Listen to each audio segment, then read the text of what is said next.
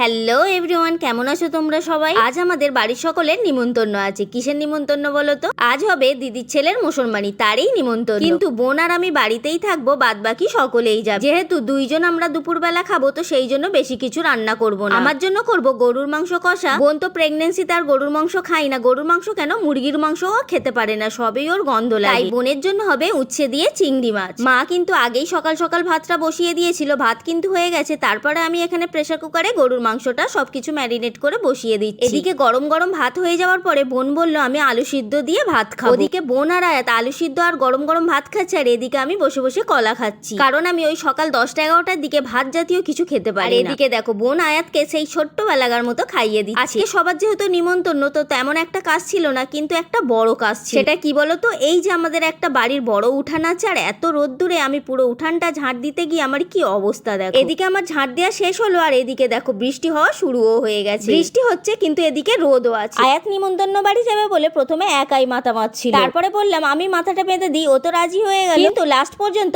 আমার মাথা বাঁধা ওর একদমই পছন্দ হলো না। আয়াত আর আমার মা দুজনেই রেডি নিমন্ত্রণ বাড়ি যাবে বলে। তো চলো নেক্সট ব্লগে